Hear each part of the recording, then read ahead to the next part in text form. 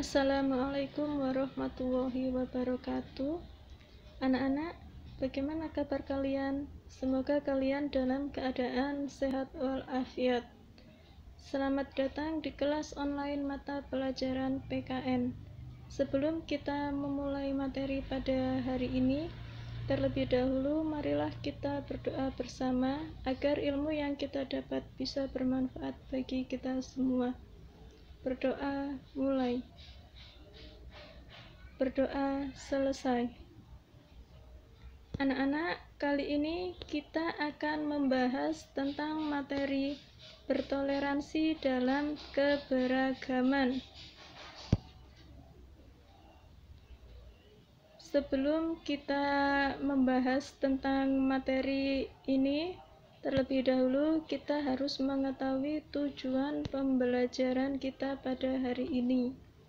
Tujuan pembelajaran kita pada hari ini yang pertama yaitu menjelaskan faktor penyebab keberagaman. Yang kedua yaitu menjelaskan keberagaman suku, agama, ras, gender, dan budaya. Anak-anak, faktor penyebab keberagaman bangsa Indonesia. Faktornya di sini ada 3. Yang pertama, latar belakang historis Indonesia yang beraneka ragam. Sejarah dari masing-masing daerah itu beraneka ragam. Kemudian budayanya juga beraneka ragam.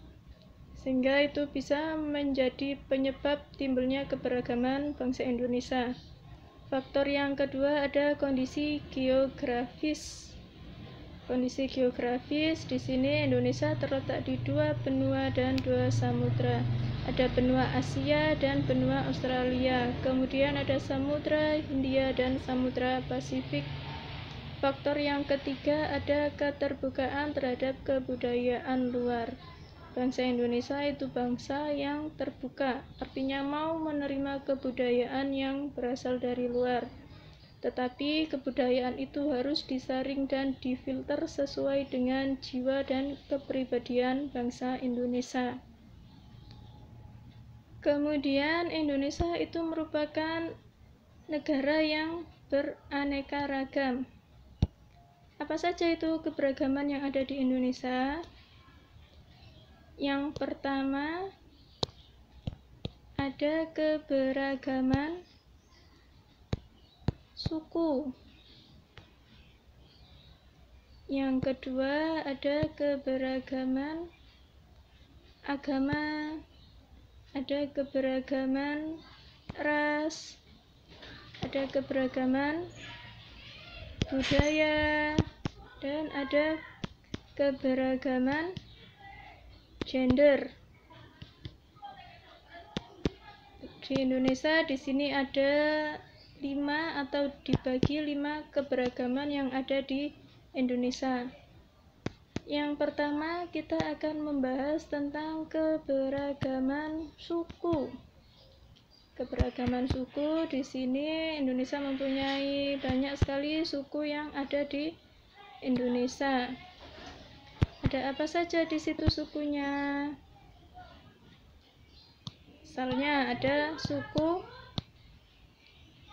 Kalimantan atau suku Dayak, kemudian ada suku Jawa. Kemudian apa sih itu pengertian dari suku? Suku di sini biasanya identik dengan kesamaan biologis, kesamaan historis atau sejarah, dan kesamaan budaya atau adat istiadat. Itu adalah pengertian dari suku. Di sini ada pendapat beberapa para ahli tentang pengertian suku.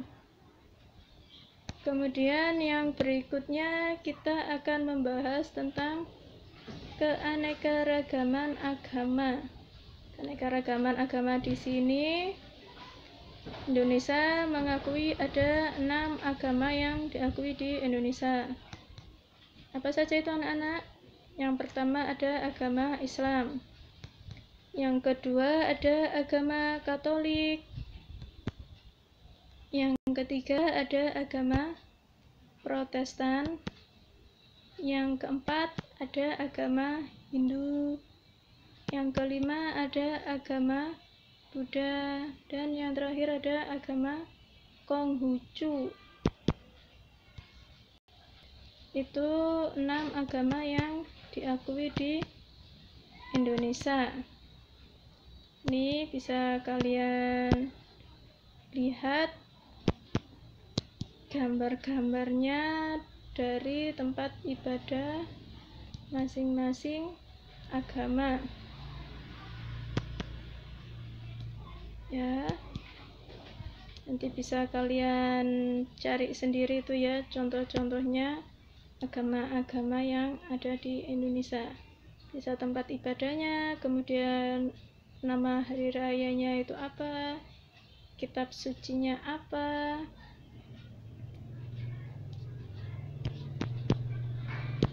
Nah, ini ada contoh-contohnya dari masing-masing tempat ibadah. Nah, bisa kalian lihat sendiri ya. Di sini ada macam-macamnya. Kemudian ini ada yang terakhir ada Konghucu. Itu tadi keberagaman agama yang ada di Indonesia, atau ada 6 agama yang diakui di Indonesia. Sekarang pengertian dari agama itu sendiri apa? Di sini ada pendapat beberapa para ahli tentang agama. Tetapi kesimpulannya dari pengertian agama di sini merupakan keyakinan yang diwujudkan dalam keimanan dan ketakwaan terhadap Tuhan yang Maha Esa. Kemudian yang berikutnya ada keberagaman ras. Keberagaman ras di sini A.L. Kroeber membagi ras di dunia menjadi 4. Mungkin ada yang tahu ada ras apa saja. Yang pertama ada ras Kaukasoid. Di situ bisa dilihat dari ciri-cirinya di situ. Kalau Kaukasoid berarti ras berkulit putih. Kemudian ada ras Negroid. Ras Negroid di situ ras atau orang yang berkulit hitam. Kemudian ada ras Mongoloid. Ras Mongoloid di situ berarti ras yang berwarna kulit kuning. Kemudian ada juga ras khusus. Ras khusus berarti di sini hanya terdapat di sebagian kecil negara yang ada di dunia. Itu bisa kalian lihat. Nah, ini bisa kalian lihat contoh-contohnya ya. Rasnya di sini, ini ada ras Negroid, ada ras Kaukasoid, ini ada ras Mongoloid, dan yang terakhir ada ras khusus. Kemudian yang berikutnya ada pengertian dari ras. Nah, apa sih itu ras? Mungkin ada yang sudah tahu ras itu apa. Ras itu berarti didasarkan pada biologis atau ciri fisik dari suku bangsa. Misalnya warna kulit, kemudian bentuk muka, dan banyak lagi yang lainnya. Ciri-ciri fisik yang bisa dilihat itu yang dinamakan dengan ras. Kemudian yang berikutnya ada keberagaman budaya. Apa sih itu budaya? Di sini ada pengertian budaya dari pendapat beberapa para ahli. Bisa disimpulkan kalau budaya di sini berarti hasil karsa cipta dari suatu kelompok atau suatu individu, itu merupakan budaya. Nah, contohnya apa saja budaya yang ada di Indonesia itu? Budaya di sini bisa berupa misalnya tarian daerah, kemudian ada rumah daerah atau rumah adat, dan ada baju atau pakaian adat. Itu merupakan contoh dari keanekaragaman budaya. Dan yang terakhir ada keanekaragaman gender. Keanekaragaman gender di sini dibagi menjadi dua, ada laki-laki dan perempuan. Gender di sini didasarkan pada jenis kelamin. Ada laki-laki dan ada perempuan. Mungkin ada yang tahu gender itu apa, anak-anak? Gender di sini berarti perbedaan jenis kelamin antara laki-laki dan perempuan. Jenis kelamin di sini bisa berupa status sosial, kemudian peranan antara laki-laki dan perempuan itu berbeda-beda. Kemudian pengertian dari gender sendiri itu apa? Di sini beberapa para ahli mendefinisikan pengertian dari gender. Ada bermacam-macam pengertian gender menurut para ahli di sini. Tetapi intinya yaitu apa? Tadi gender itu merupakan perbedaan jenis kelamin antara laki-laki dan perempuan. Bisa dibedakan menurut status sosialnya, perannya, fungsinya. Itu adalah gender. Nah, anak-anak, setelah kalian memahami atau membahas materi pada hari ini, selanjutnya Ibu akan memberikan tugas buat kalian. Tugas ini kalian kerjakan di selembar kertas. Kalian kerjakan di selembar kertas, kemudian waktu KPT kalian kumpulkan.